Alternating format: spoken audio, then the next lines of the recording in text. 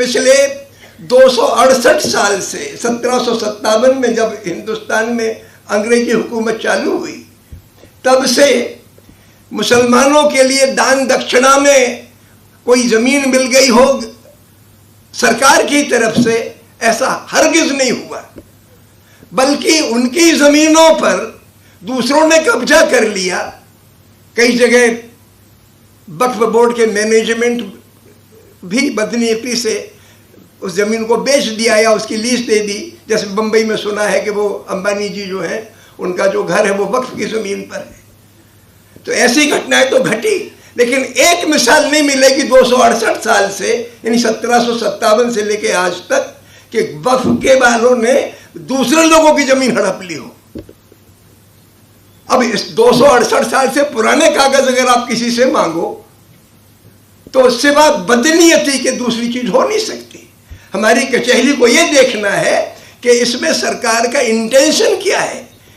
क्या ये जमीनें जिन्होंने कब्जा कर रखा है और कब्जा करना चाहते हैं, वो एक रास्ता ढूंढ रहे हैं कि आप किसी भी जमीन को डिस्प्यूटेड बता दो और कह दो कलेक्टर फैसला करेगा इसका कि साहब ये वक्फ की ज़मीन है कि नहीं है, कानूनी ज़मीन है कि नहीं है। और चूंकि हिंदुस्तान के ज़्यादातर कलेक्टर जो वहाँ की सरकार होती है उसकी हाँ में हाँ मिलाने वाले होते हैं, इसलिए इंसाफ की तो आप उम्मीद कर ही नहीं सकते। एक मसला ये।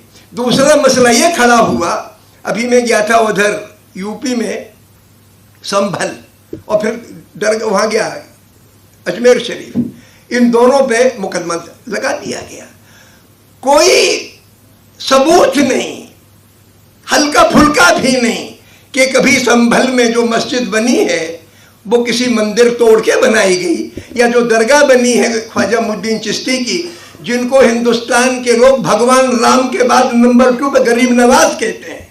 तुलसीदास ने भगवान राम को गरीब नवाज कहा है और हिंदुस्तान के लोगों ने ख्वाजा मुद्दीन चिश्ती को, जिसकी हिंदू मुसलमान सिख ईसाई सारे के सारे लोग बहुत बड़ा एहतराम, उनका सम्मान और श्रद्धा रखते हैं, उस शख्स के बारे में आपने शक पैदा किया।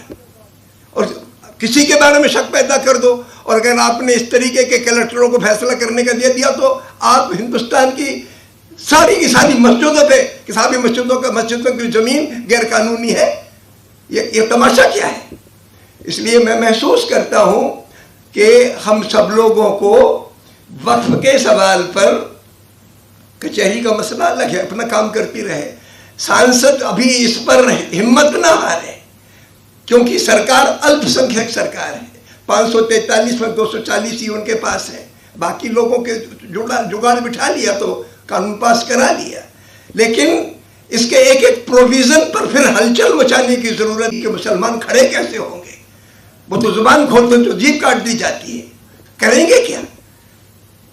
लेकिन भाई सब्र रखने से हमारे हिंदुस्तान की लड़कियों ने शाहीन बाग में जिस तरीके से, बहुत खतरनाक कानून था एनआरसी, और आसाम में उसका नतीजा हम देख चुके थे, और एक नियत थी पूरे हिंदुस्तान में एनआरसी लागू कराने की। 100 दिन का जो शाहीन बाग का आंदोलन चला, दिल्ली में 7-8 जगह चले, पूरे मुल्क में 200 जगह चले, उसका असर पड़ा कि देशव्यापी एनआरसी नहीं चल सका। हिम्मत ना हारें, हिंदुस्तान के बेजुबान अवाम में सच्चाई की ताकत है और इसका प्रतिकार होगा।